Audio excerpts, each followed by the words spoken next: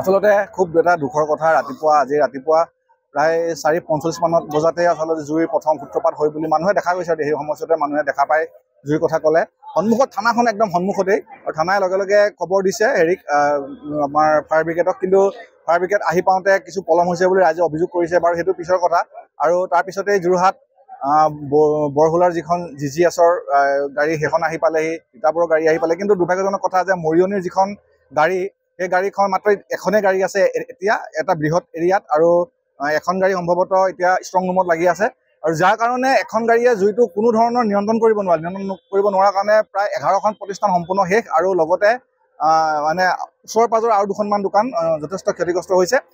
প্ৰকৃততে আমি বিচাৰিম যে মৰিয়নি এটুকুৰা যথেষ্ট মানে ডাঙৰ এৰিয়া, বিশেষকৈ টাউনখনে অকল মৰিয়নি নহয়, বৃহৎ এৰিয়া, আৰু বৃহৎ এৰিয়াত এখনে মাত্ৰ বাহন আছে। গতিকে আমি আশা কৰিম যে এনেকুৱা ইমাৰ্জেঞ্চি টাইমত বাহন দিয়ক, আৰু তিতাবৰ যোৰহাটৰ বাহন আহি পাওঁতে যথেষ্ট পলম হৈছে। তেতিয়ালৈকে গাড়ী শেষেই হৈ মানে দোকান জ্বলি শেষেই, আৰু পাব্লিকে যিটো ধৰণৰ তাত ইনিচিয়েটিভ লৈছে, পাব্লিকে যিটো কাম কৰিলে সেই কামটো ফায়াৰ ব্ৰিগেডৰ মানুহে কৰিব পৰা নাই। জানিব পৰা মতে মাত্ৰ দুজন ড্ৰাইভাৰজন আৰু মাত্ৰ দুজন মানে হেল্পাৰ লৈ পেলাই ইয়ালৈ তেওঁলোকে প্ৰথম গাড়ীখন আহিছে জুই নুমাবৰ কাৰণে। গতিকে কিছু অসুবিধা হৈছে, জুইটো নিয়ন্ত্ৰণ কৰিব পৰা নাই। শুকান সময় এতিয়া গোটেই আপোনাৰ শুকান আৰু কাঠৰ যিহেতু মানে ষ্ট্ৰাকচাৰৰ দোকান আছিলে, গতিকে যথেষ্ট ক্ষতি হৈছে। আৰু শেষ মানে আপোনাৰ 10খন দোকান শেষ, আৰু 11 নম্বৰ দোকানখন আছিলে আচলতে এখন লজ হয়, লজৰো সম্পূৰ্ণ শেষ।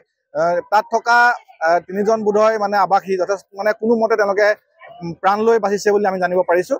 গতিকে খুব আমি দুখ প্ৰকাশ কৰিছোঁ আজি ঘটনাটোত, আৰু এনেধৰণৰ ঘটনা আচলতে মৰিয়নি নিচিনা জেগাত সংঘটিত নহওক। আৰু মৰিয়নি নগৰৰ মাজমজিয়াত আমি আশা প্ৰকাশ কৰিম যে অন্ততঃ যিটো সময়ত ইয়াত ফায়াৰ ব্ৰিগেডৰ ব্যৱস্থাটো আৰু যদি শক্তিশালী কৰিব নোৱাৰে, তেতিয়াহ'লে আমাৰ ইয়াত এনেধৰণৰ ঘটনাবিলাকে আৰু অধিক ভয়াৱহ ৰূপ লোৱাৰ আশংকা আছে। আচলতে খুব এটা দুখৰ কথা আজি ৰাতিপুৱা প্ৰায় 4:45 মানত বজাতে আচলতে জুইৰ প্ৰথম সূত্ৰপাত হয় বুলি মানুহে দেখা গৈছে। সেই সময়তে মানুহে দেখা পায় জুইৰ কথা ক'লে সন্মুখত থানাখন একদম সন্মুখতেই, আৰু থানাই লগে লগে খবৰ দিছে হেৰিক আমাৰ ফায়াৰ ব্ৰিগেডক, কিন্তু ফায়াৰ ব্ৰিগেড আহি পাওঁতে কিছু পলম হৈছে বুলি ৰাইজে অভিযোগ কৰিছে। বাৰু সেইটো পিছৰ কথা।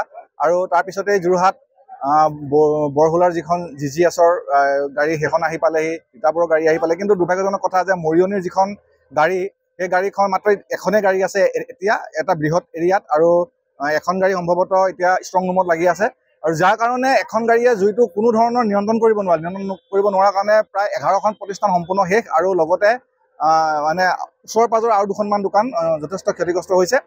প্ৰকৃততে আমি বিচাৰিম যে মৰিয়নি এটুকুৰা যথেষ্ট মানে ডাঙৰ এৰিয়া, বিশেষকৈ টাউনখনে অকল মৰিয়নি নহয়, বৃহৎ এৰিয়া, আৰু বৃহৎ এৰিয়াত এখনে মাত্ৰ বাহন আছে। গতিকে আমি আশা কৰিম যে এনেকুৱা ইমাৰ্জেঞ্চি টাইমত বাহন দিয়ক, আৰু তিতাবৰ যোৰহাটৰ বাহন আহি পাওঁতে যথেষ্ট পলম হৈছে। তেতিয়ালৈকে গাড়ী শেষেই হৈ মানে দোকান জ্বলি শেষেই, আৰু পাব্লিকে যিটো ধৰণৰ তাত ইনিচিয়েটিভ লৈছে, পাব্লিকে যিটো কাম কৰিলে সেই কামটো ফায়াৰ ব্ৰিগেডৰ মানুহে কৰিব পৰা নাই। জানিব পৰা মতে মাত্ৰ দুজন ড্ৰাইভাৰজন আৰু মাত্ৰ দুজন মানে হেল্পাৰ লৈ পেলাই ইয়ালৈ তেওঁলোকে প্ৰথম গাড়ীখন আহিছে জুই নুমাবৰ কাৰণে। গতিকে কিছু অসুবিধা হৈছে, জুইটো নিয়ন্ত্ৰণ কৰিব পৰা নাই। শুকান সময় এতিয়া গোটেই আপোনাৰ শুকান আৰু কাঠৰ যিহেতু মানে ষ্ট্ৰাকচাৰৰ দোকান আছিলে, গতিকে যথেষ্ট ক্ষতি হৈছে। আৰু শেষ মানে আপোনাৰ যিকোনো খবৰৰ বাবে যোগাযোগ কৰক 7099017330 লগতে 7099017110 নম্বৰত।